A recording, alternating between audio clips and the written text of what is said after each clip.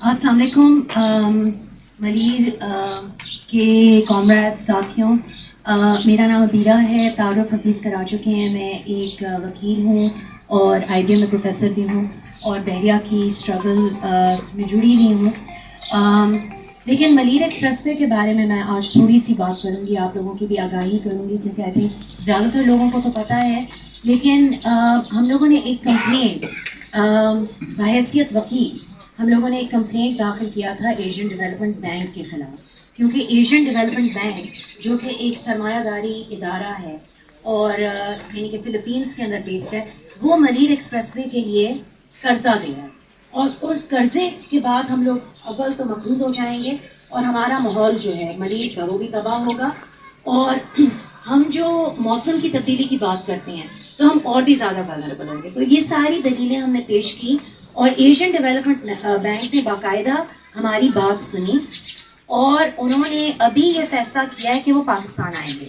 تو ان کی 5 رکنی کمیٹی جو ہے وہ پاکستان آئی ہوئی ہے اس ہفتے. تو اس وقت جو ہم لوگ ادھر بیٹھے ہیں ہمیں لوگ دیکھ رہے ہیں، تو اس وقت آپ لوگوں کی موجودگی جو ہے وہ بہت اہم ہے اور بہت ضروری ہے. کیا ایشین ڈیولپمنٹ بینک کے 4 منصوبے ہیں پاکستان کے اندر جن کے خلاف کمپلینٹس فائل ہوئی ہیں.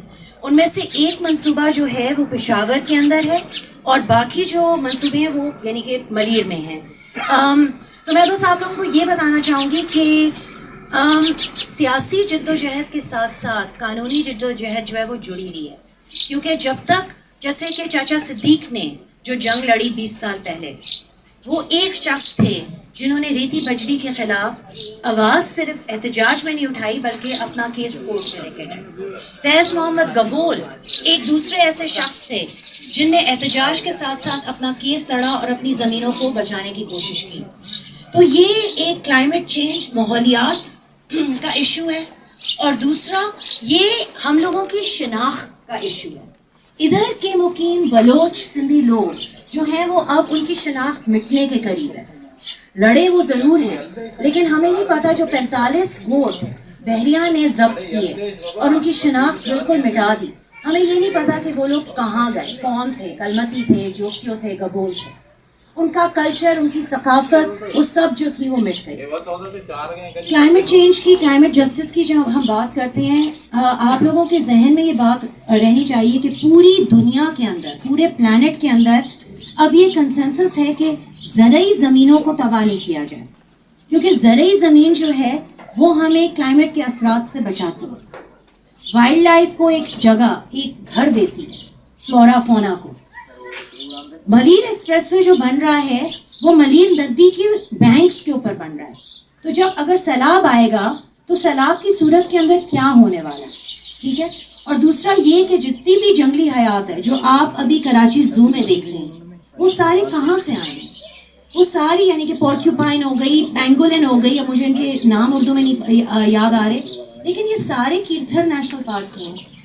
تو جب ہم نے دیکھا پچھلے 6-7 مہینوں میں، حفیظ ہیں ہمارے، اختر کلمتی ادھر ہیں، انہوں نے ریسرچ کی، تحقیق کی، تو پتہ چلا کہ جو یہ بحریہ ہے اور باقی یہ سارے منصوبے ہیں یہ کیرتھر نیشنل پارک میں پہنچ چکے ہیں. کیرتھر نیشنل پارک جو ہے وہ دنیا کے اندر مانا جاتا ہے. یونیسکو نے باقاعدہ تسلیم کیا ہے کہ یہ یعنی کہ ہمارا ایک قومی اثاثہ ہے، ٹھیک ہے، کلائمیٹ کے اثرات سے ہمیں یہ بچاتا ہے. پھر بھی یہ سارے سرمایہ دار بلڈرز، ریتی بجری مافیا کیرتھر کے اندر آ رہی ہیں. اور حفیظ آپ کو بتائیں گے کہ ان کے بچپن کے اندر ادھر گارڈز ہوتے تھے جو ایک پودا ادھر سے نکالنے نہیں دیتے تھے، اور اب سرمایہ دار کو یہ کھلی آزادی ہے کہ وہ ادھر جا کے اس پوری ایکولوجی کو تباہ کرے، ادھر کی ریتی بجری کو تباہ کرے. وہی جو سلمان بلوچ نے بات کی کہ ایک ندی کو بہنے، ایک ندی کے سسٹم کو بننے میں کتنی سینچریز لگتی ہیں، اور آپ نے 10 سال کے اندر صدیوں کے کام کو، نیچر کو، قدرت کے کام کو آپ نے آ کر تباہ کر دیا. کیوں؟ کچھ ڈالرز کے لیے، کچھ ڈالرز کے لیے. ایک اور بات، یہ میں آخری بات آپ کو کہوں گی، ہم جیتے ہیں باقاعدہ. ایشین ڈیولپمنٹ بینک میں عظیم بھیکو صاحب اور دوسرے والے کون تھے ہمارے؟ اسلم اور عظیم صاحب، یہ ہمارے پٹیشنرز تھے اور انہوں نے باقاعدہ گواہی دی ہے. زوم پہ ہماری کال ہوئی ہے، نومبر میں ہیئرنگ ہوئی ہے اور ہمارا کیس تسلیم ہوا ہے.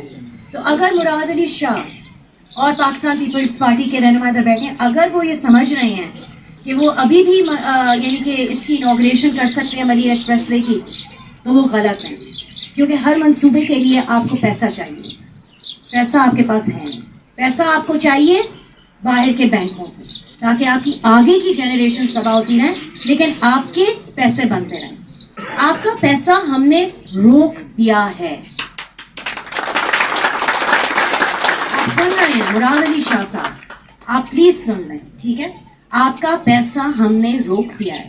اب آپ ہمیں بتائیں آپ کون سے پیسوں سے یہ ملیر ایکسپریس وے بنانا چاہتے ہیں. دوسری بات میں یہ کہوں گی شہری رحمان صاحبہ سے. شہری رحمان صاحبہ، اگر آپ سن رہی ہیں، آپ کلائمیٹ کی بات جا کے کرتی ہیں ایجپٹ کے اندر. آپ کی اپنی پارٹی ملوث ہے سرمایہ داروں کے ساتھ، اور یہ ملیر ایکسپریس وے جو کلائمیٹ کو، ماحولیات کو تباہ کر رہا ہے، آپ اس کے بارے میں بولیں. قصوروار تو آپ ہیں اور آپ کی سٹینڈنگ ہی نہیں ہے کہ آپ ملیر کے لوگوں کو، پاکستان کے لوگوں کو، ہمارے سندھ کے لوگوں کو جا کے بین الاقوامی سطح پہ ریپرزینٹ کریں. بہت بہت شکریہ آپ کا.